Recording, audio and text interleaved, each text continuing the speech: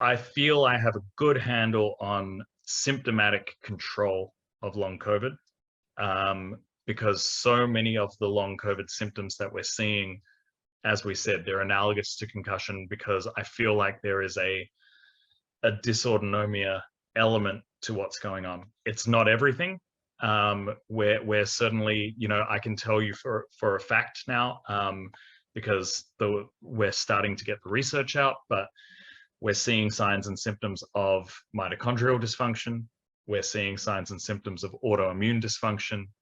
And we're seeing signs and symptoms of vascular dysfunction with some of the work that many have been reading about from Riccia Pretorius around microclots and so on and so forth. So everything I say here is tempered by, we need to understand what's causing these symptoms, whether it's autoimmune, viral persistence, vascular issues, because that's where the real interventions are going to start happening.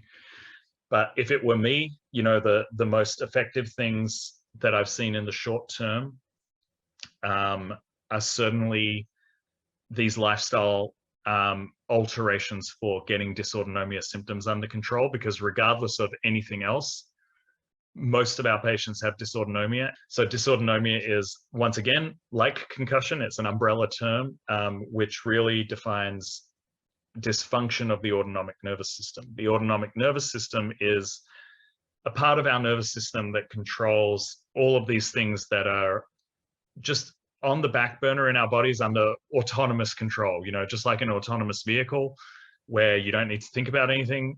Autonomic nervous system controls your breathing rate, your heart rate, your digestion, sweating, response to stress, anything that you don't need to think about, that your body does automatically to keep us moving and keep us going, is under autonomic control. And it can get quite fine-grained, like we don't think about any of this, but if you go from sitting to standing, your heart needs to do more work to pump up against gravity to get the same amount of blood into your brain. And your autonomic nervous system handles that. It increases your heart rate, it increases stroke volume, and it allows that to occur.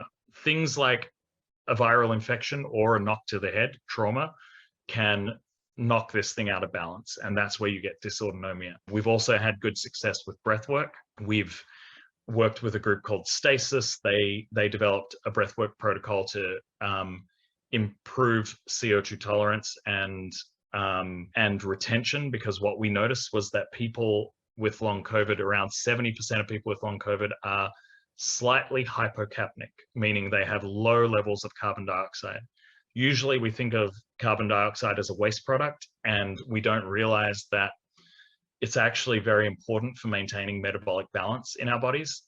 And so this finding that it's actually low in people with long COVID was really interesting. Even more interesting was the fact that it appears to be low despite people with long COVID having within normal limits or regular respiratory rate. So usually if I see someone with hypocapnia, I'm like, oh, you're panting, you're blowing off too much carbon dioxide. But in this case, comfortably sitting, not apparently breathing in any dysfunctional way, and yet CO2 is low. This tells us something metabolic is going on. This tells us, something like the mitochondrial dysfunction that we're seeing. So mitochondria are the batteries of our cells. They produce energy. And what we've started to see in long COVID is that mitochondrial function is lowered. So our cells are producing less energy. Now, the byproduct of cells producing energy, carbon dioxide. So maybe what we're seeing here with these hypocapnic individuals is that their body isn't producing as much energy as it used to, and so CO2 levels start to drop systemically. If what you've heard on Flow Research Collective Radio has been helpful, please consider doing us a solid and leaving us a review on Apple Podcasts, Spotify, or wherever you are listening to this. Reviews help us connect to a wider audience so we can get these peak performance principles out to more people.